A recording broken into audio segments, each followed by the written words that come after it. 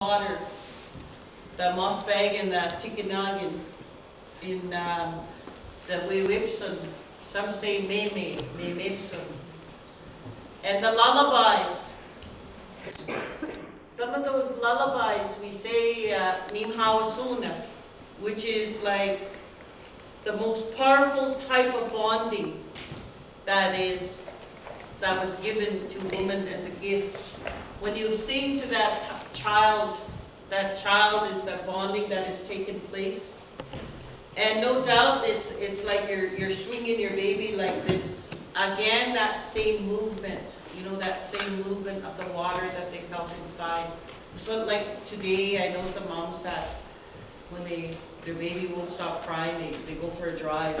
You know, that driving is what it lulls that, you know, like the baby to sleep.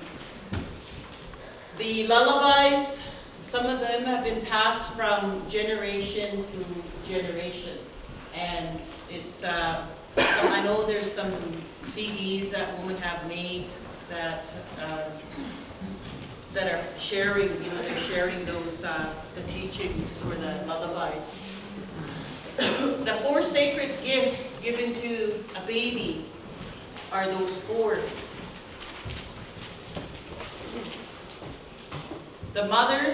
The first sound is the mother's heartbeat, the drum beat. There's a lot of schools that use now the drum beat because I heard Dave Jr. saying that this morning, that's the first sound that we heard. A lot of centers use the drum to center the young children together. If they're being disruptive, all they do is hit the drum and the children, like, it's almost the immediate change.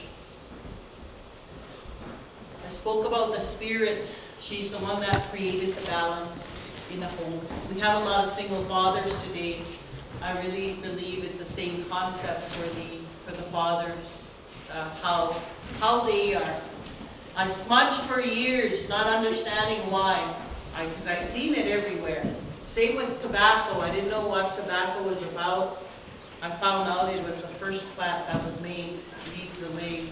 Smudge is, all day long we come across people that have energy. All of us have energy. Especially like say if you work frontline staff, how you need to have that protection. So when you smudge, it's like, well, first of all, when you meet people, that energy, they're angry and sad, it can stay on your body. By the end of the day, you're so wiped out. So if you had smudge, if you smudged in the morning, it's like a layer of protection. And my brother again says, it's like when you smoke fish, that not even flies will come on that smoked fish. Back in our traditional systems, in the winter time when they ran out of smudge, they would just use an open fire. But that sacredness also of that fire. So the moss bag was a natural discipline. Lots of communities are going back. We do a lot of moss bag making. I don't, but my friends come with me and we do the moss bags in communities. So because a child is learning how to use their senses, this is a big part of why our children today, it's like, they don't listen because they don't have those early years, you know, the early years teachings. They're learning to be aware. When I started to learn, I had to actually start learning almost everything when I was in my 40s because I never grew up this way. I had to relearn everything, go back to my child stage, what happened to understand me. One of the first teachings I was taught of how to be aware was an elder took me outside of his house and he showed me, it was in the summertime, he showed me, he picked up a strawberry. Those low-growing strawberries. Never did I ever think about why the strawberry was made before this. So he picked it up and he said, what does it look like? I didn't know. I didn't know where he was going with it, so I said, I don't know what it's for. Look at it, he said. So now I've seen a heart. And then he says, you know your language? I said, yes. How do you say it? I don't even remember at that time that I knew how to say it. So I said mite, which is heart. We say mitemina, which is heart buried. The Creator made this, he said. So we know here on earth that this will be for heart medicine. That was my very first teaching of how I was taught to be aware. Then he took me to a poplar tree, and he took the leaf. And he took the leaf, now I know where he's going.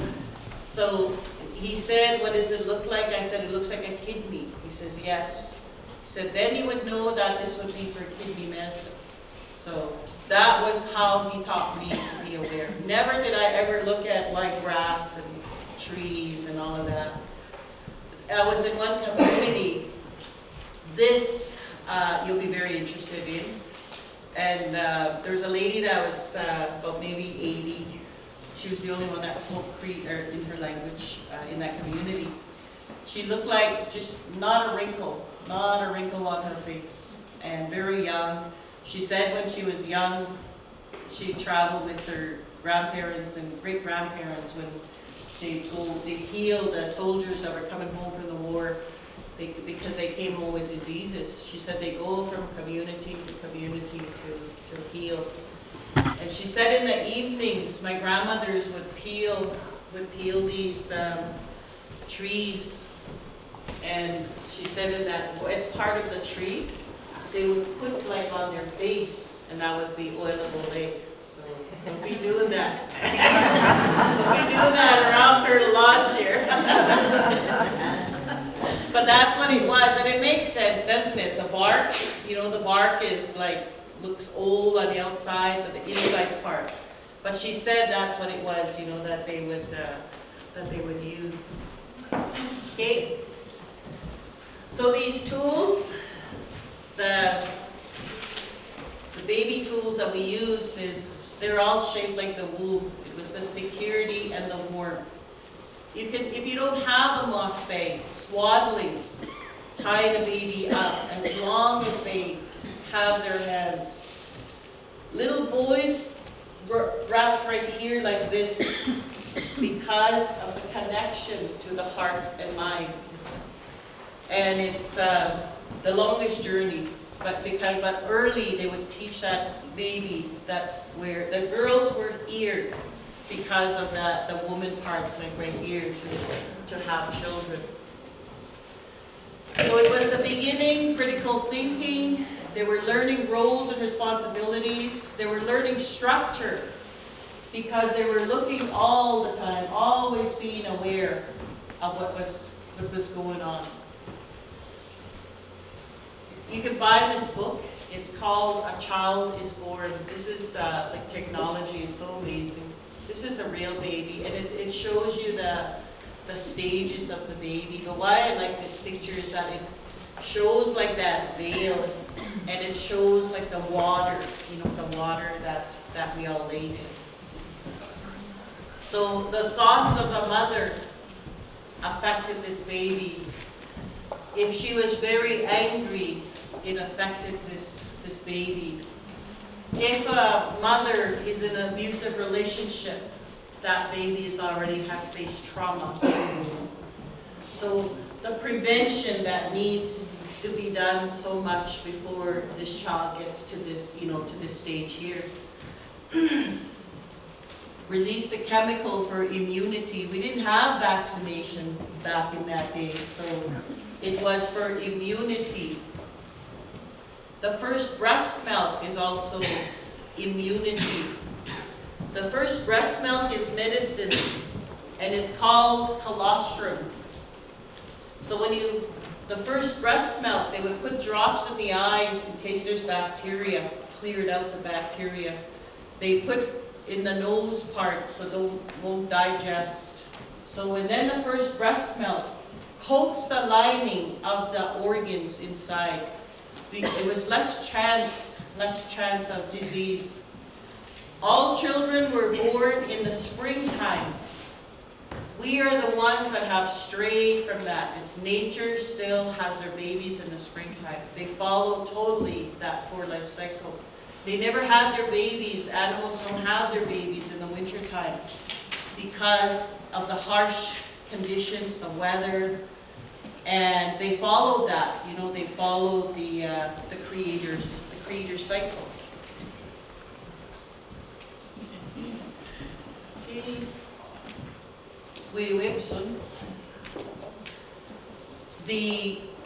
The belly button sometimes was tied by that bar there.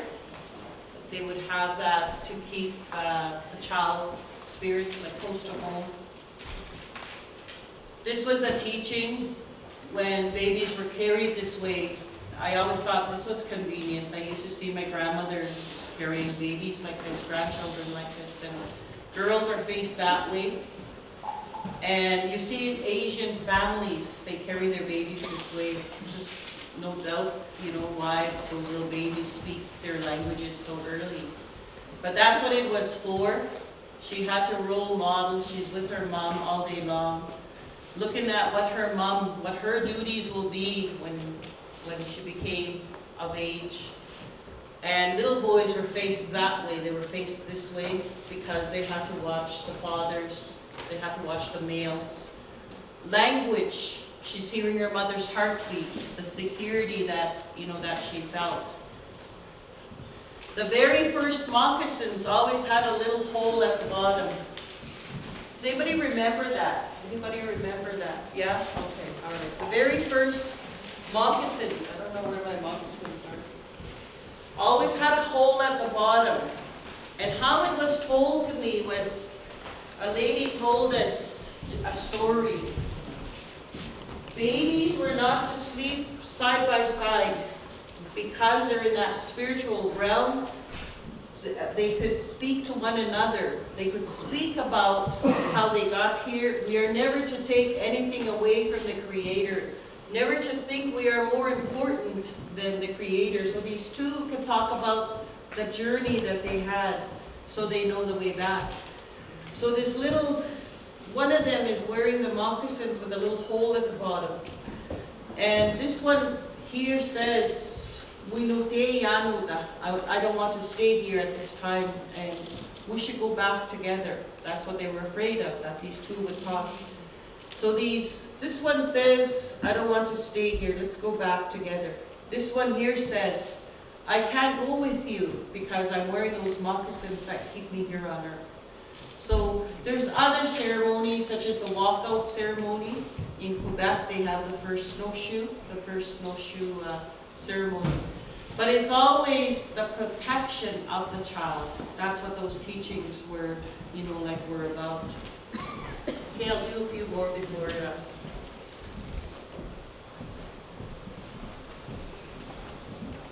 So all the teachings began in our mother's womb because we could hear her. We knew what she was thinking of. We felt what she was thinking. We heard other people.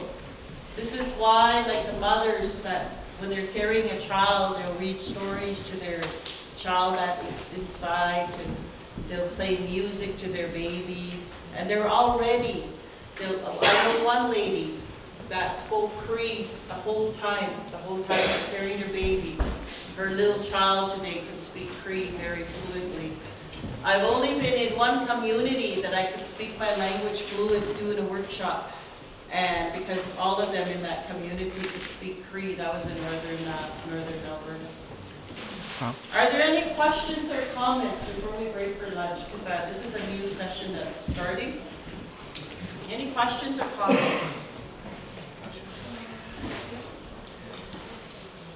Oh, go ahead. Nancy. Isabel Morris. My name is Isabel Morris. I'm from northern Manitoba, Spit Lake. But I was raised off the reserve in Pigutini. My mother, my uncle is Isabel Hall-Dick Morris. She was a midwife. She had passed down these teachings of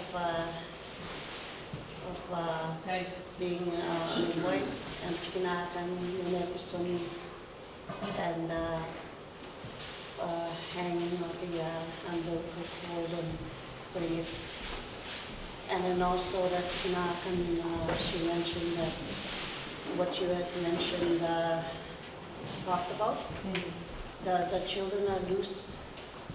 They're running wild now. Because what about the swap? You're not tied in that tools. So those are the teachings of the Cree too. So of the North and we carry that. But so much of it is being lost. Yeah. Because nobody is willing to sit down to listen to those of us that have those teachings. Pagkamina magenta when ego da still magenta when like they're not willing to listen. It's just an old lady. He's just a person that thinks he's too good. You know. Yeah. There's all those things, but we need to bring that back. And it's hard living this kind of life with having those teachings and without having that help like such as yourself. It's a moment, like you said, there's a reason for me being here. Because I can continue to carry those of what we have. Ega, Onyx, Sitchek, so they won't forget. That's right. Yeah. It's our job to keep them going. Yeah. What Isabel is saying is that how we observe the children today and how they're not listening. The balance is not there already when it should have been there already, because that water is balanced. And how we can really bring it all back, because it's still here. It's all still here. Just we need to make that conscious effort to bring back these the birthing tools, the tools, the teachings before birth. So, we're safe. We'll break for lunch. We'll start again at 1 o'clock. So, hi, the national